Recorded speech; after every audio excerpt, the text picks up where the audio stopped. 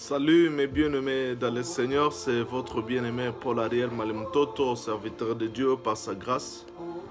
À ce jour, encore une fois, je suis ici en ce lieu, ce dimanche. Je vais partager la parole de Dieu avec vous dans Ézéchiel chapitre 37, le premier verset jusqu'au 10e verset. La Bible dit, « La main de l'Éternel fut sur moi, et l'Éternel me transporta par son esprit et me déposant dans les milliers d'une vallée remplie d'ossements. Il me fit passer auprès d'eux tout autour, et voici, ils étaient fort nombreux à la surface de la vallée, et ils étaient complètement secs. Il me dit, Fils de l'homme, ces eaux pourraient-ils revivre? Je répondis, Seigneur l'Éternel, tu es saint. Il me dit, prophétise sur ces eaux et dis-leur, ossements desséchés, écoute la parole de l'Éternel. Et su par le Seigneur l'Éternel à ces eaux, voici, je vais faire entrer à vous un esprit et vous vivrez. Je vous donnerai des nerfs. Je ferai croître sur vous de la chair. Je vous couvrirai de peau. Je mettrai à vous un esprit et vous vivrez. Et vous saurez que je suis l'Éternel. Je prophétisais selon l'ordre que j'avais reçu. Et comme je prophétisais, il y eut un bruit. Et voici, il se fit un mouvement et les eaux s'approchèrent les uns les autres. Je regardais et voici, il y avait des nerfs, la chair crue, la peau le couvrir par-dessus. Mais il n'y avait point en nez d'esprit. Il me dit, prophétise et parle à l'esprit. Prophétise, fils de l'homme, et dis à l'esprit, ainsi parle l'Éternel, le Seigneur l'Éternel. Esprit vient des quatre vents, souffle sur ces morts et qu'ils revivent. Je prophétisais selon l'ordre qu'il m'avait donné. Et l'esprit entra en eux et ils reprirent vie. Ils s'étèrent sur leurs pieds. C'était une armée nombreuse, très nombreuse. Bien-aimés, ici où nous venons de faire la lecture, il s'agit d'une vision que Ézéchiel avait vue. Ézéchiel fut transporté et se retrouvant dans une vallée pleine d'ossements, remplie d'ossements. Il s'est retrouvé dans la vallée. Bien-aimé, la vallée n'est pas un bon endroit. Si tu lis dans l'histoire de la Bible, la vallée était un lieu de guerre. Parce que si vous lisez même dans l'histoire de David et de Goliath, vous trouverez que ce combat entre Goliath et David s'était fait dans la vallée. Dans l'histoire d'Israël, c'était souvent dans la vallée que se faisaient des combats. Et la Bible, même David, il dit, c'est quand je traverse la vallée de l'ombre de la mort. C'est-à-dire, la vallée est un endroit où plane l'ombre de la mort. C'était lien de combat, c'était un mauvais endroit. Parfois, nous nous retrouvons dans ces vallées de la vie. Peut-être toi aussi, tu te retrouves dans une vallée de la vie. Moi, je me suis déjà retrouvé dans la vallée de la vie.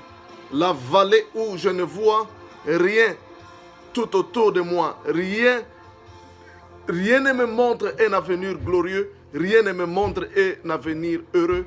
Je vois que des montagnes autour de moi. Je ne vois absolument rien dans la vallée. Bien aimé, la vallée, ce n'est pas un bon endroit. Et ici, là où Ézéchiel s'est retrouvé, c'était un endroit, une vallée plein d'ossements. C'est-à-dire, il y avait les gens qui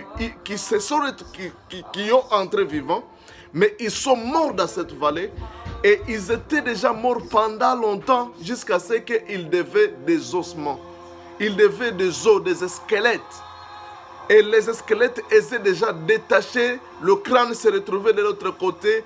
Personne ne pouvait même les enterrer parce que ils sont morts dans cette vallée. C'était peut-être une guerre qui s'était faite et ils sont morts. Personne ne pouvait les enterrer. Ils sont là. Et Ézéchiel a vu ces eaux et Dieu lui posa la question, Fils de l'homme, ces eaux pourraient-ils revivre? Dieu demanda à Ézéchiel, est-ce ces eaux peuvent revivre encore? Ézéchiel dit ceci, Éternel, tu le sais, c'est toi qui le sais, c'est toi qui connais si c'est possible que ceci puisse revivre.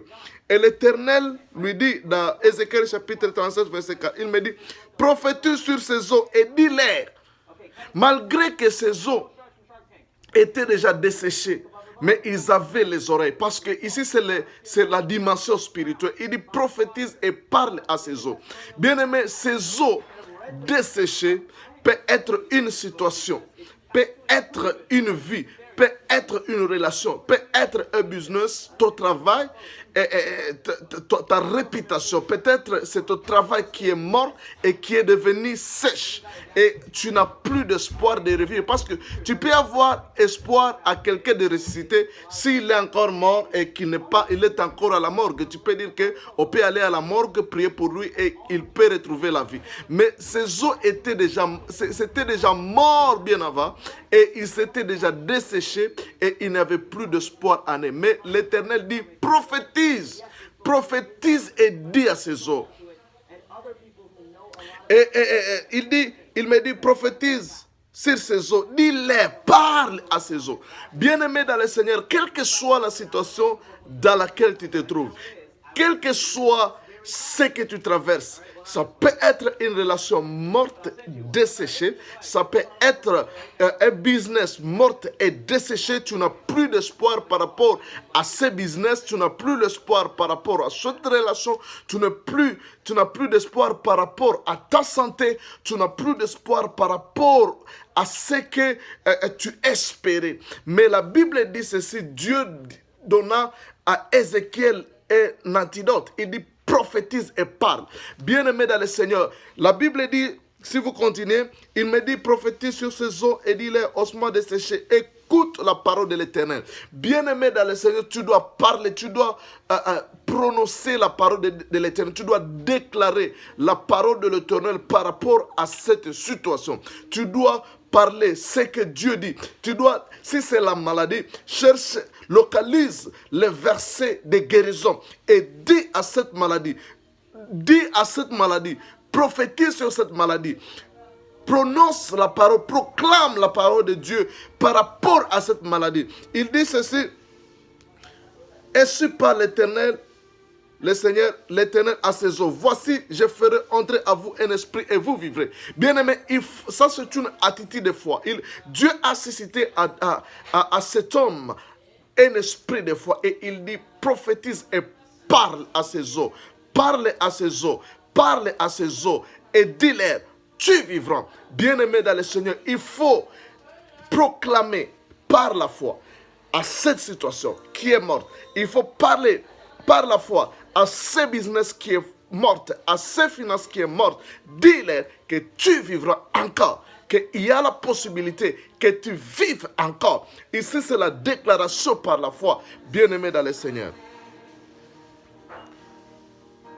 Je vous donnerai des nerfs, je ferai croître sur vous la chair, verset 6, et je couvrirai de peau, je mettrai à vous un esprit et vous vivrez, et vous saurez que je suis l'Éternel. Je prophétisai selon l'ordre que j'avais reçu, et comme j'ai prophétisé, il y eut un bruit, et voici il se fit attendre un mouvement. Les os s'approchèrent les uns les autres. J'ai regardé, et voici il leur vint des nerfs, la chair crue, la peau le couvrit par-dessus, mais il n'avait point un d'esprit. Quand cet homme a commencé à prophétiser, quand cet homme a commencé à déclarer la parole de Dieu à ses os ont commencé à vivre. Ces os se sont rapprochés les uns les autres, les nerfs ont cru sur ces os, la chair est venue sur ces os et ils sont devenus quand même un corps mais sans vie. Il a prophétisé. Quand il a prophétisé, il y a eu des effets. Quand il a déclaré la parole de Dieu, il y a eu des effets. Bien-aimé dans le Seigneur, fermer ta bouche, c'est fermer ta destinée. Bien-aimé, tu dois prophétiser, tu dois parler. Parce que la Bible dit que la mort et la vie est au pouvoir de la langue. Ce qui sort de ta bouche détermine ton futur. Bien-aimé dans le Seigneur, ces eaux qui étaient desséchées, leur futur dépendait de la parole. Ils avaient besoin de la parole. Ils avaient besoin que quelqu'un prophétise. Et laisse-moi te dire que le prophète de ta vie, ce n'est pas un prophète qui est quelque part. Oui, bien sûr, Dieu établit sur nous des prophètes, mais tu es le premier prophète de ta vie. Tu dois savoir prophétiser sur ta vie. Tu dois déclarer positivement sur ta vie. Parce qu'il y a beaucoup de gens qui prophétisent négativement sur leur vie. Et laisse-moi te dire que tout ce que tu dis aujourd'hui, ce que tu es en train de dire aujourd'hui, c'est ce qui t'arrivera dans le futur. Et ce que tu es aujourd'hui, c'est le fruit de ce que tu as déclaré hier. Alors, bien-aimé, en connaissant, en comprenant ces secrets, commence à prophétiser. positivement sur ta vie. Quelle que soit la situation, quel que soit ce que tu traverses, même si c'est comme ces eaux desséchées, il n'y a plus d'espoir. Ne parle jamais désespoir. Parle espoir, prophétise la parole de Dieu, confesse la parole de Dieu par rapport à la situation et tu verras la main de Dieu. Et la Bible dit que ces situations, ces eaux commençaient à se rapprocher malgré qu'ils n'avaient pas la vie en eux, mais ils se sont quand même approchés. Bien-aimé, quand tu commences à prophétiser, peut-être tout peut ne pas être bon au même jour. Peut-être tu prophétises aujourd'hui, la situation demeure le même. Tu prophétises demain, il y a un petit changement. Ça, c'est la processus. Ça, c'est la processus. Même Dieu, pour créer, il n'avait pas créé seulement, il n'avait pas tout créé à un seul jour. Il a créé le premier jour, deuxième jour, troisième jour, jusqu'au septième jour, il a fini. C'est-à-dire, Dieu est un Dieu de processus. Quand Dieu a parlé le premier jour, il a parlé le deuxième jour, il a parlé le troisième jour, jusqu'au septième jour où il a vu la perfection de sa création. Bien-aimé, dans le Seigneur, ne cesse pas de parler tant que tu n'as pas encore vu les choses à sa perfection. Parle, parle, parle jusqu'à ce que la situation se décante. Si c'est une maladie, parle à cette maladie. Même si tu continues à sentir la douleur dans ton corps, parle jusqu'à ce que tu vas sentir la perfection, que toute chose est maintenant bon dans mon corps. Comme ces eaux se sont rassemblées, il y avait déjà la chair sur eux, mais c'était sa vie. Ça, c'est le processus. Au verset 9, il me dit, prophétise et parle à l'esprit, prophétise, fils de l'homme, et dis à l'esprit, ainsi parle le Seigneur, l'Éternel. Esprit, viens des quatre vents, souffle sur ces morts et qu'ils revivent. J'ai prophétisé selon l'ordre que l'Éternel m'avait donné, et l'esprit entra en eux, ils reprirent vie, et ils se terrent sur leurs pieds. C'était une armée nombreuse, très nombreuse. Verset 10. L'Éternel lui ordonna encore de continuer à prophétiser. Et quand il a prophétisé, il a appelé l'esprit venant des quatre vents de la terre pour entrer. Je parlerai un jour, je viendrai vous enseigner sur l'esprit qui vient des quatre vents de la terre. Quand l'esprit vient de l'Est, qu'est-ce qu'il vient faire dans notre vie? Quand il vient de l'Ouest, c'est pour faire quoi? Quand il vient du Sud et du Nord, c'est pour faire quoi dans notre vie? Je vous enseignerai ces choses prochainement. Et en terminant, verset 11, il me dit, fils de l'homme, ces eaux, c'est toute la maison d'Israël. Voici, ils disent, nos eaux sont desséchées. Ces eaux, c'est la maison d'Israël. Ces eaux, c'était des hommes. Ces eaux peuvent être ta situation. Ces eaux peuvent être toi. La situation que tu traverses. Il me dit, fils de l'homme, ces eaux, c'est toute la maison d'Israël. Voici, ils disent, nos eaux sont desséchées. Notre espérance est détruite et nous sommes perdus. Prophétise donc et dis-leur, ainsi par l'Éternel. Voici, j'ouvrirai vos sépulcres. Je vous ferai sortir de vos sépulcres, ô mon peuple, et je vous ramènerai dans le pays d'Israël. Et vous saurez que je suis l'Éternel lorsque j'ouvrirai vos sépulcres et que je vous ferai sortir de vos sépulcres, ô mon peuple. Je mettrai mon esprit à vous et vous vivrez et je vous rétablirai dans votre pays et vous saurez que moi, l'Éternel, je parle et agis, dit l'Éternel. Amen. Que Dieu vous bénisse. En conclusion, je dis ceci, par rapport à tout ce que tu traverses, par rapport à des situations que tu rencontres dans la vie, peut-être tu es dans une vallée, peut-être tu es comme ces eaux desséchées sans espoir, prophétise, localise les versets, localise la parole de Dieu par rapport à la situation et prophétise et tu verras la main de Dieu. Que l'Éternel Yahweh te bénisse. Amen.